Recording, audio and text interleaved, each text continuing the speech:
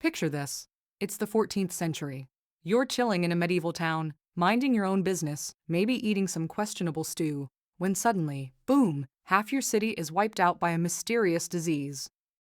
Panic spreads faster than gossip at a royal court, and naturally, instead of blaming, say, sanitation, people point fingers at cats. Yes, cats. Fluffy, purring, occasionally judgmental, sure, but mass murderers. That's a bold accusation. Today, we're diving into one of history's strangest plot twists, how cats got blamed for the Black Death, and why that may have made everything so much worse. Let's start with the basics.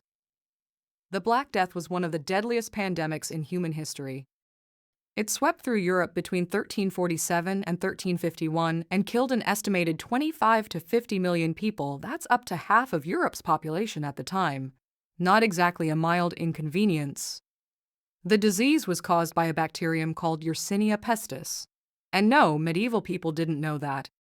Germ theory wouldn't show up for another 500 years. At the time, people blamed everything from bad air to angry gods to unfortunate planetary alignments. But here's the real kicker. The Black Death was primarily spread by fleas, living on rats. So already, we have a villain lineup, fleas and rats. But cats? Not even on the suspect list yet. Now, you might think, okay, so people would try to get rid of rats, right? That would make sense. But medieval Europe wasn't operating on evidence-based policy. Instead, cats, especially black cats, were associated with superstition, witchcraft, and general spooky vibes. Thanks to certain religious beliefs at the time, cats were sometimes seen as companions of witches or even embodiments of evil. So when the plague hit, people thought, clearly this must be some kind of demonic situation. And look, that cat just blinked weirdly. That's suspicious. Result: cats were persecuted and killed in large numbers across parts of Europe. Which, if you're following the logic here, is like dealing with a fire by removing the fire extinguisher. Here's where things get painfully ironic. Cats are natural predators of rodents. You know, those same rats that were carrying plague-infected fleas? So by reducing the cat population, people unintentionally created a rat paradise. It's basically a medieval version of "we made it worse." Now, historians debate how widespread the killing of cats actually was and how much it directly impacted the spread of the plague. It wasn't the sole cause. Trade routes, urban crowding, and poor hygiene were major factors too. But the general idea holds up. Cats likely helped control rat populations, and harming them certainly didn't help the problem.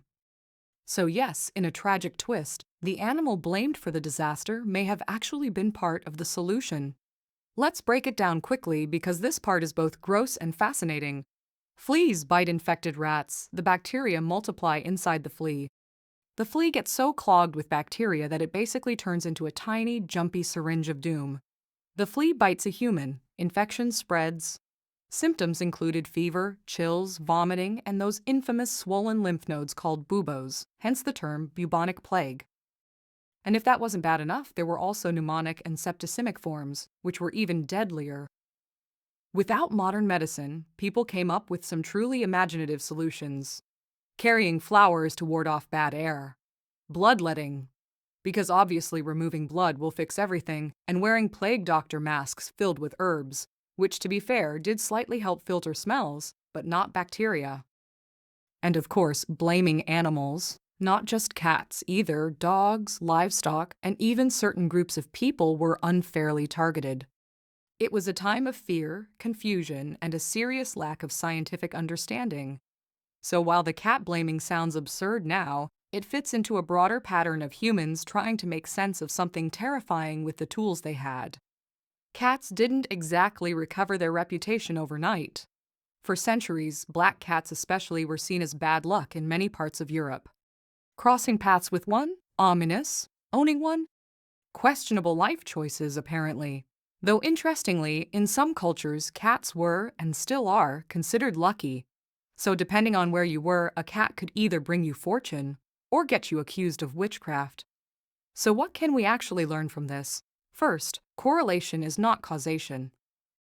Just because cats were around during the plague doesn't mean they caused it. Second, fear can lead to bad decisions. When people don't understand something, they often look for easy targets. And third, Ecosystems matter. Remove one part, like cats, and you can unintentionally throw everything out of balance.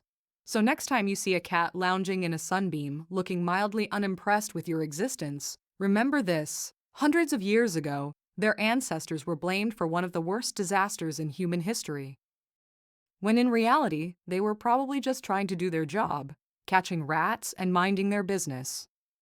Honestly, if anything, cats deserve an apology. And maybe a treat. Because if medieval Europe had appreciated cats a little more, history might have looked very different.